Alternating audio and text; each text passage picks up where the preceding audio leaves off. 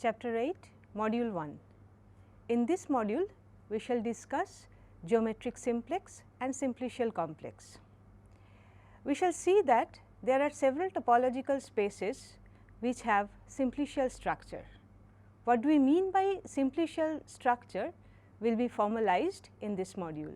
We shall discuss or define triangulation of topological spaces and simplicial complex later on, but in this module we develop the prerequisites for doing so. We start with defining geometrically independent points. Suppose a set of k plus 1 points a0, a1, ak is given. This set of points is said to be geometrically independent if we construct the set a1 minus a0, a2 minus a0 up to ak minus a0 and see that this set is linearly independent in Rn. Now, this definition is valid for k greater than or equal to 2. If we take a set of a single point, that is a singleton, then it is always geometrically independent by definition. Now, this definition does not depend on the chosen point a0. In other words, if we take the set a1 minus a0 to ak minus a0, then this set is linearly independent if and only if aj minus ai, when j varies from 0 to k, j not equal to I, this particular set is linearly independent for each I equal to 0 to k. Now, let us just see that it is always known that any one dimensional subspace of Rn is represented by a straight line passing through origin. So, any straight line in Rn can be viewed as a translet of the one dimensional subspace parallel to it. That is, any straight line in Rn is a coset of the form x plus v1, where v1 stands for a one dimensional subspace of Rn and x is any point in Rn. Similarly, any two dimensional subspace of Rn is represented by a plane passing through origin.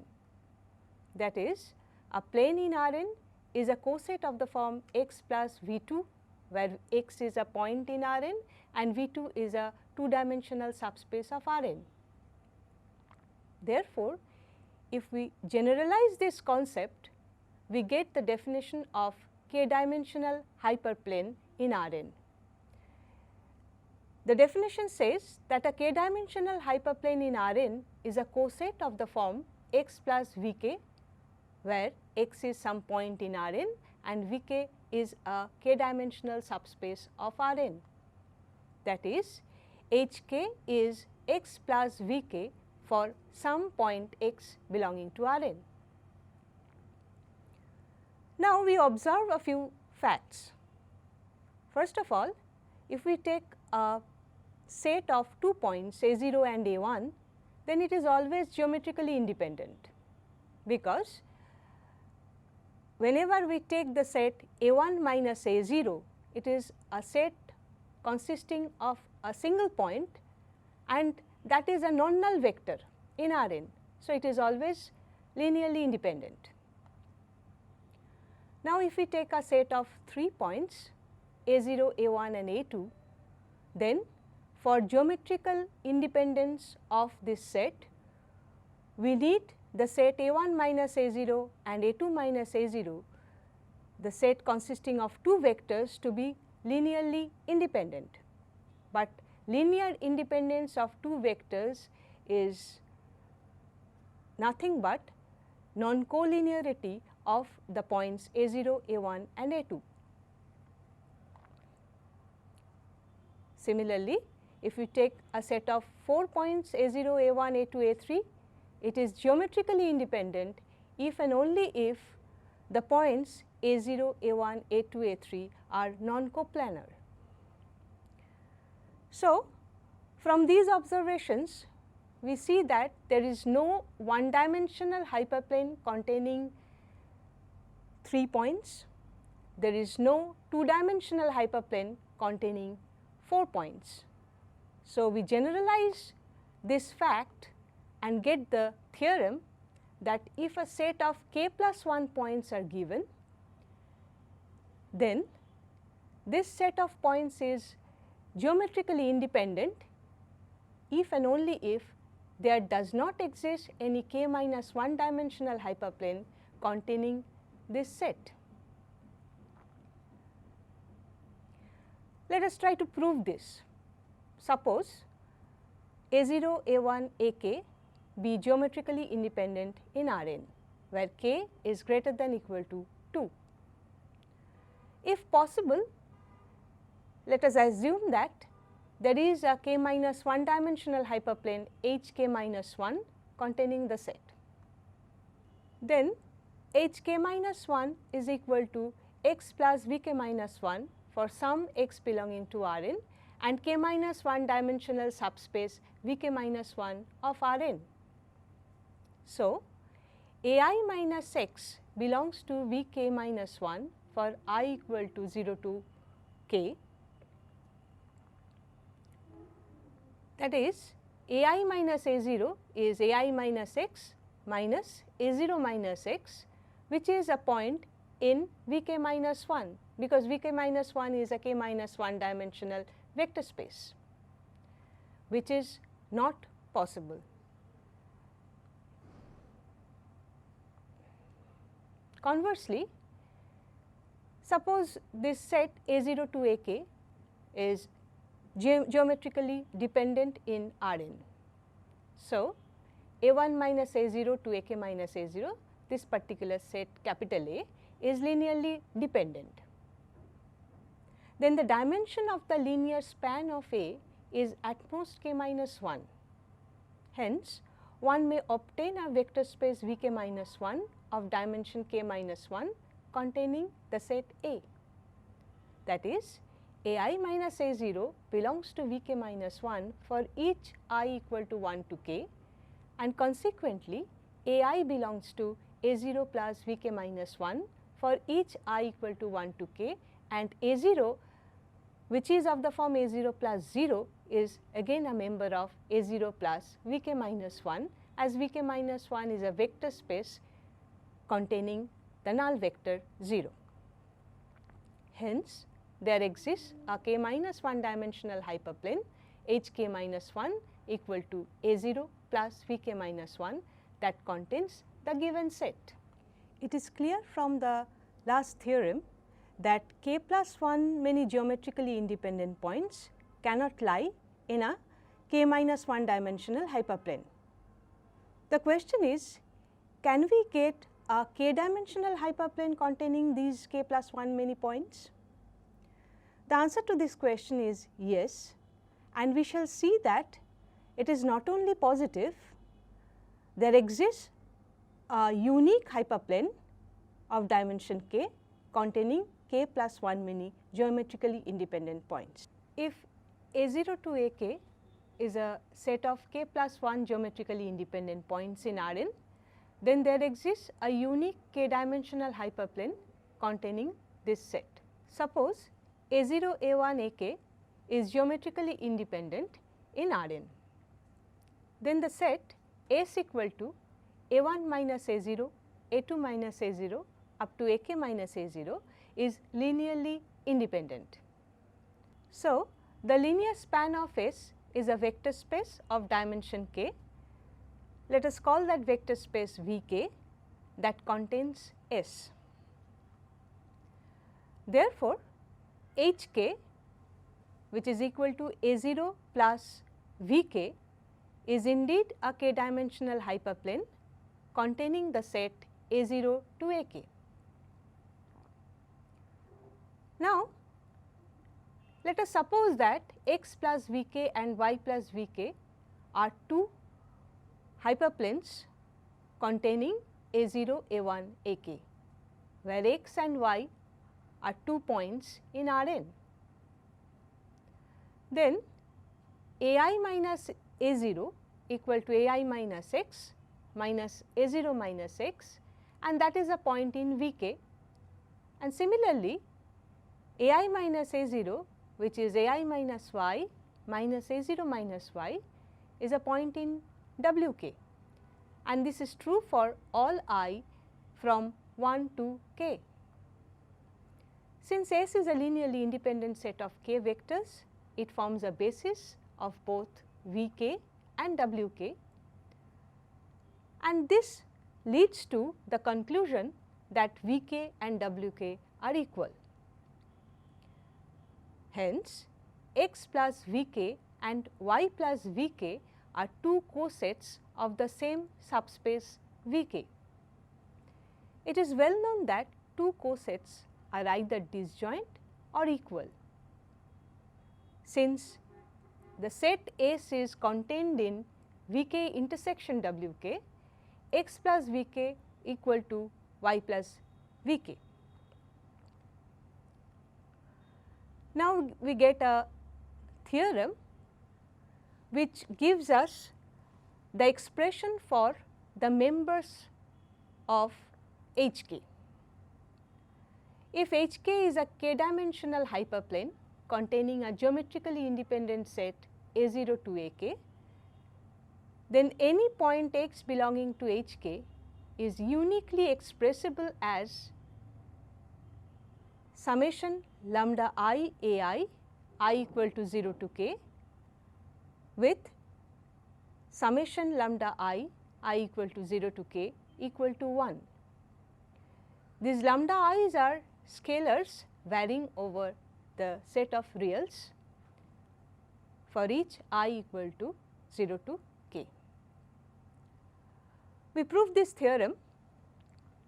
Suppose H k is a 0 plus V k, where V k is the k-dimensional subspace of R n generated by the linearly independent set a 1 minus a 0 to a k minus a 0. Therefore, any vector in V k is a linear combination lambda I a I minus a 0 summation over I equal to 1 to k, where lambda I is a real number for every I equal to 1 to k.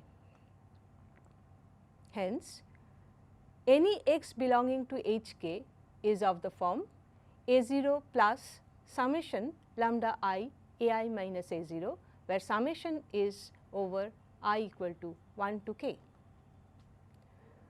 Now, when x has this expression, it can be rewritten as a 0 plus summation lambda I a I equal to 1 to k minus summation lambda I a 0, where I is varying from 1 to k. So, taking both the terms containing a 0, we get 1 minus summation lambda I a 0 plus summation lambda I a I equal to 1 to k, which we can write as summation lambda I a I equal to 0 to k, where lambda 0 stands for this summation lambda I equal to 1 to k subtracted from 1. So that we get summation lambda I equal to 0 to k is equal to 1. Now, if possible, suppose x has two representations. Say x is of the form summation lambda I a I, and it is again of the form eta I a I, where summation lambda I is equal to 1 and summation eta I is equal to 1. These lambda I, eta I are all varying over the set of scalars R. Then we get from these expressions that summation lambda I eta minus eta I a I is equal to 0, and also from the second expression summation lambda I minus eta I is equal to 0. From 2, summation lambda I minus eta I a 0 is equal to 0, And so, subtracting it from 1, summation I equal to 1 to k, lambda I minus eta I of a I minus a 0 is equal to 0. The linear independence of the set a I minus a 0, where I varies from 1 to k, implies that lambda I is equal to eta I for each I equal to 1 to k. Using this in 2, we get lambda 0 is equal to eta 0, proving the uniqueness of the representation of x. Now, for each x belonging to hk, the scalars lambda 0 to lambda k representing x are called barycentric coordinates of the point x with respect to the geometrically independent set a0 to ak. Now, with these we define a k simplex which serves as the building blocks for simplicial complex. If a0 to ak is a geometrically independent set of points in Rn, then we take that portion of the hyperplane which contains the points with non-negative barycentric coordinates. That is, we take sigma k as the set of all points of the form summation lambda I a I such that summation lambda I is equal to 1, where lambda i's are real numbers, with the restriction that lambda I is greater than or equal to 0. Then this sigma k is called a k simplex, and it is usually denoted by this triangle bracket a0 to ak, and these points a0 to ak are called vertices of the k simplex. So, for a k simplex we have k plus 1 vertices. We define interior of a k simplex. Interior of a k simplex is the set of points of the form summation lambda I a I equal to 0 to k, such that summation lambda I is equal to 1, where lambda i's are scalars with the condition that lambda I is strictly greater than 0. So, if we take a 2 simplex, the geometry of a 2 simplex is a triangle, and interior of a 2 simplex will be the interior of the triangle, not touching the boundary. Now, if we see that 0 simplex is nothing but a point, 1 simplex is a straight line joining two vertices, 2 simplex is a triangle with vertices as the geometrically independent points a0, a1, a2, and 3 simplex is a tetrahedron with the vertices as geometrically independent points a0, a1, a2, a3, and unfortunately we cannot visualize beyond 3 simplex in R3. Now, finally, we define a simplicial complex.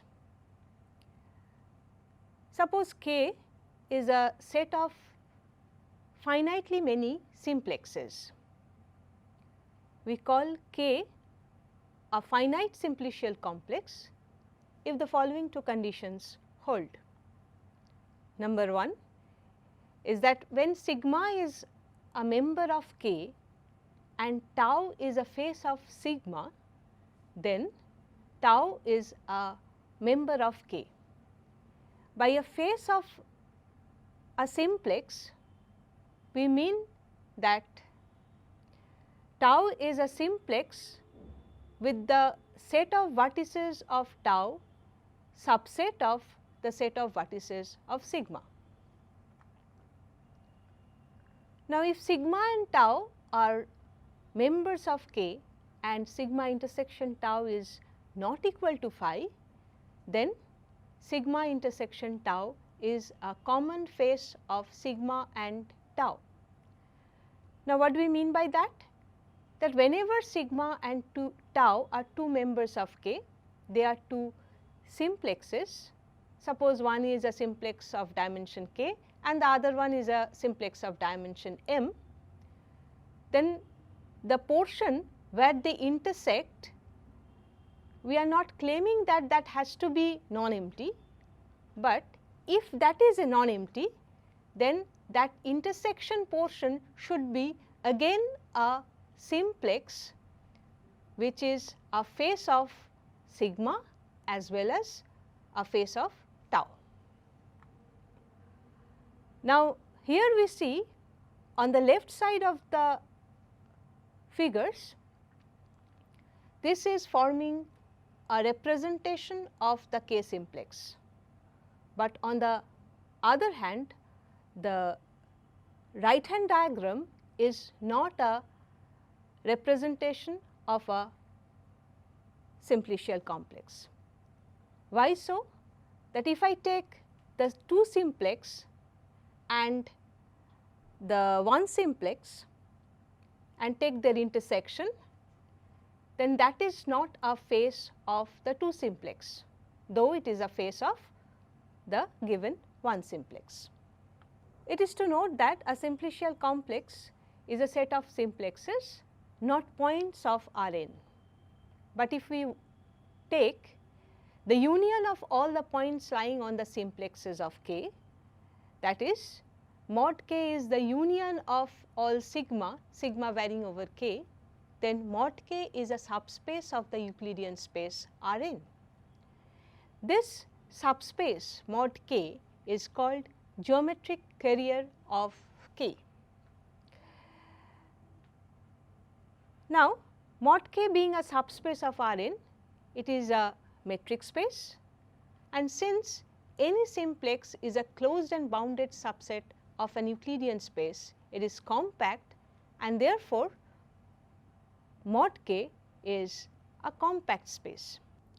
Now, we shall introduce a typical type of map called simplicial map, which carries the vertices of a simplicial complex to the vertices of another simplicial complex, and it preserves the simplicial structure of the domain. Now, what do we mean by preserving the simplicial structure will be formalized in the next definition. Suppose F is a map from the set of all vertices of K to the set of all vertices of L, where K and L are two simplicial complexes.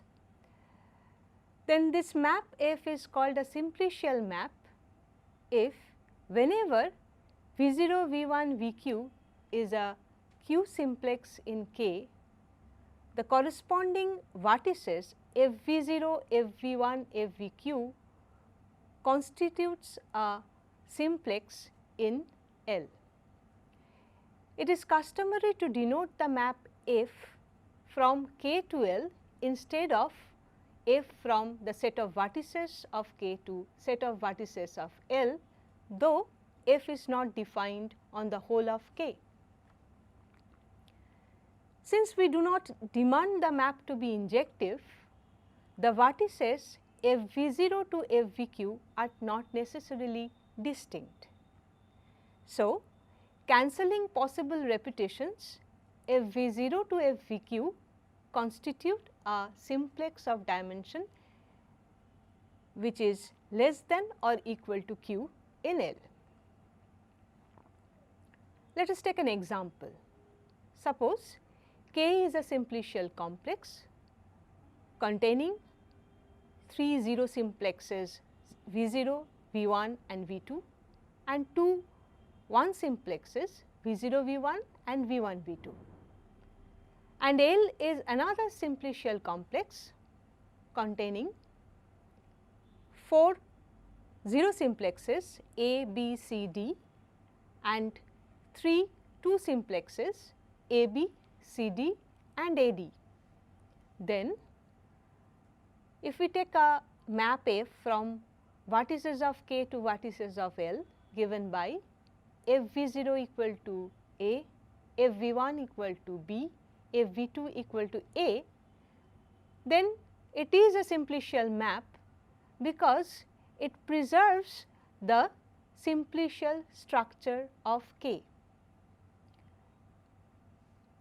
On the other hand, if we define a map F from vertices of K to vertices of L given by FV0 equal to A, FV1 equal to B, FV2 equal to C, then it is not a simplicial map, because if we take V1, V2 that simplex in K, then its image FV1, FV2 is actually the simplex BC, which is not a simplex in L. The following are easy consequences of the definition of simplicial maps. First one is that if we take two simplicial maps F and G, one from K to L and the other from L to M, then their composite G composed F from K to M is again a simplicial map. Now, the identity function I from the set of vertices of K to the set of vertices of K, that is, it takes a vertex V to the same vertex V, then it is also a simplicial map. Before we conclude, we point out certain facts, very important facts about simplicial maps.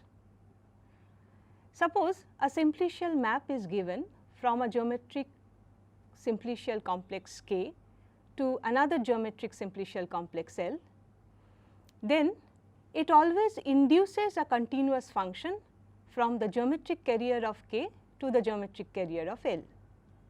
The question is, if a continuous function G is given between the geometric carriers of K and geometric carriers of L, then can we expect that G can be obtained from a simplicial map?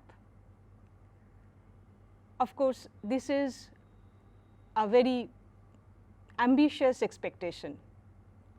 It is not always true, but it can be proved that if a continuous function G is given from mod K to mod L, then we can get a simplicial map F from the barycentric subdivision of K, call it Kn, to L, such that the induced map, the induced continuous function mod F from the geometric carrier of the barycentric subdivision Kn to the geometric carrier of L is actually homotopic to the given continuous function G. This particular theorem is known as simplicial approximation theorem.